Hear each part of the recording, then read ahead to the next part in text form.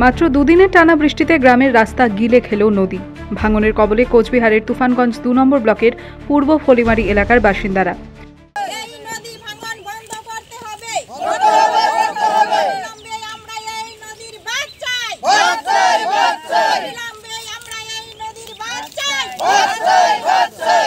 সেচ দপ্তরের বিরুদ্ধে গাফিলতির অভিযোগ তুলে বিক্ষোভ দেখালেন তারা।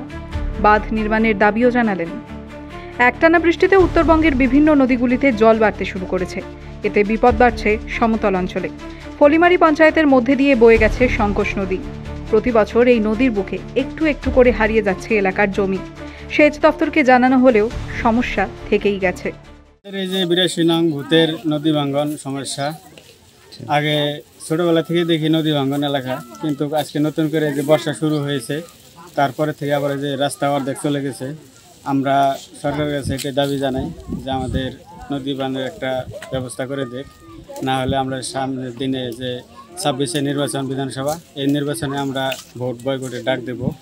অঞ্চলে ব্লকে জানিয়েছি, তারপরেও কোনো কোচবিহারও গেছিল, অনেক সাধারণ লোক গেছিল যে জানিয়েছে, কিন্তু কোনো আমরা সুরাহা পাইনি।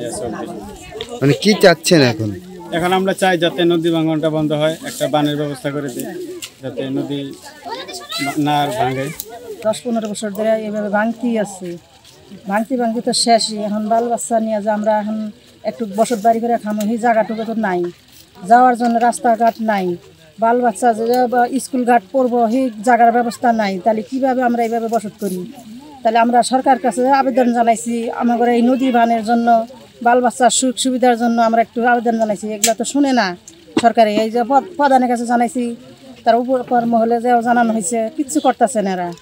তাহলে আমরা অনুরোধ করতেছি যে এইটুক আমরা জানি বাল বাচ্চা নিয়ে যেটুক জায়গা জমিন আছে এখন জানি আমরা বসত করে খাইতে পারি, এইটুকুর জন্য আবেদন করি। আমি খুব অনুরোধ করি তাদের কাছে যে আমরা এই জায়গা জমিনটুকুর জন্য একটু বাঁধ চাই। আমরা বাঁধ দিলে আমরা বাল বাচ্চা নিয়ে সুখে করে। এই এলাকায় প্রায় ৩,০০০ লোকের বসবাস। বর্ষা শুরুর আগে ফের নতুন করে ১.৫ কিলোমিটার ভাঙন দেখা দিয়েছে। তাই ভিটেমাটি হারানোর আশঙ্কায় রাতের ঘুম উড়েছে বহু পরিবারের। অনুমানিক মোটামুটি আপনার ৩,০০০ লোকের বসবাস, আপনার ১৫ থেকে ১৬০০ বাড়ি আছে।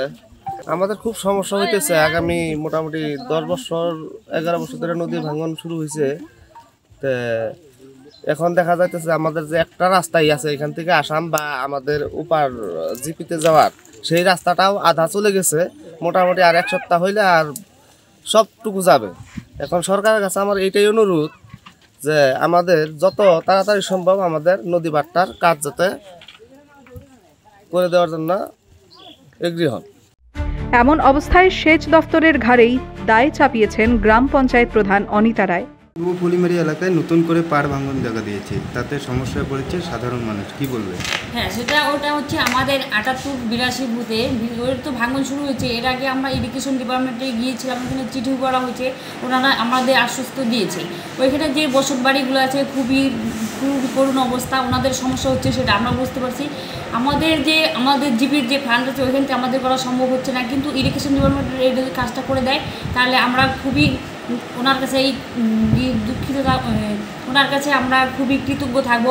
এখানে যে লোকের সমস্যা হচ্ছে, ওইখানে লোকের আরও অন্য কোথাও জায়গা নেই যে এখানে ভেঙে যাবে, তারপর অন্য কোথাও গিয়ে বাড়ি করবো, ওদের এরকম জায়গা বসত বাড়ি ওদের খুবই সমস্যা হচ্ছে। হ্যাঁ, এটাকে আমরা বিডিও ম্যাডামকে জানিয়েছিলাম, তারপরে ডিএমকেও চিঠি করেছি। ওনারা দ্রুত কাজটা করবে, ওনারা আশ্বস্ত দিয়েছে কাজটা করবে। আমাদের দক্ষিণ ফলিমারিতেও এর আগে আমরা ওইখানে কাজটা করতে বলছেন, নোটিশ দিয়েছিলাম। ওনারা আসবে, এখানে বলছে স্যাংশনও হয়ে গেছে, ওনারা কাজটা শুরু করবে। কিন্তু আমাদের যে পূর্ব পরিবারের যে পরিস্থিতি খুবই ভয়াবহ অবস্থা ধারণ করেছে।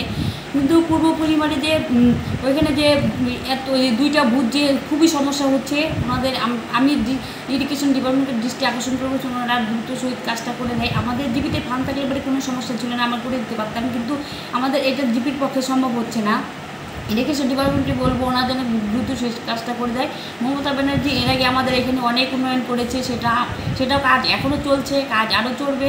কিন্তু আমরা এটা বলছি যে ওনারা ইরিগেশন ডিপার্টমেন্টকে বলে দেয় ওনারা কাজটা জন্য দ্রুত সহিত করে দেয়, তাহলে এখানে সাধারণ মানুষের খুবই সমস্যাও হচ্ছে। যদি আপনার নাম? আমার নাম অনিতা রায়, ফলিমারি গ্রাম পঞ্চায়েতের প্রধান। ভাঙন সমস্যা কবে মিটবে সেদিকে তাকিয়ে রয়েছেন ফলিমারির বাসিন্দারা।